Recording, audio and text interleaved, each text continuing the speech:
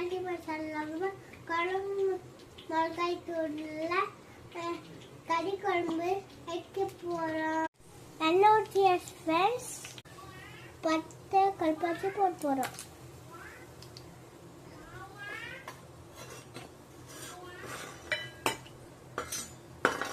அடுத்து வெங்காயம் போட்டு போகிறோம்.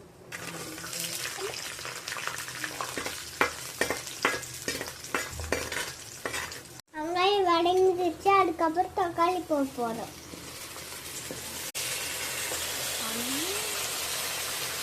கொஞ்சம் இஞ்சி பூ பேஸ்ட் போட்டு போகிறோம்.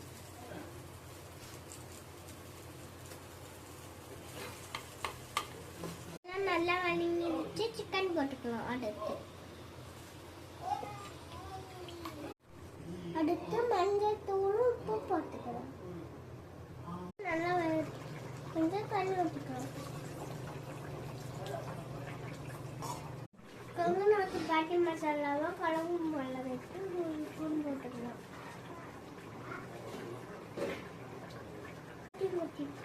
தேங்காய் முந்திரியும் அரைச்சி வச்சுக்கலாம். அதை ஊற்றிக்கலாம்.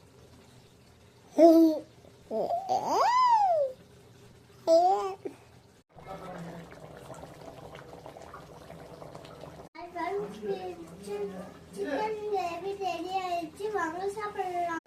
பாட்டி மசாலா வேணுமா கீழே நம்பருக்கு ஆர்டர் பண்ணுங்க.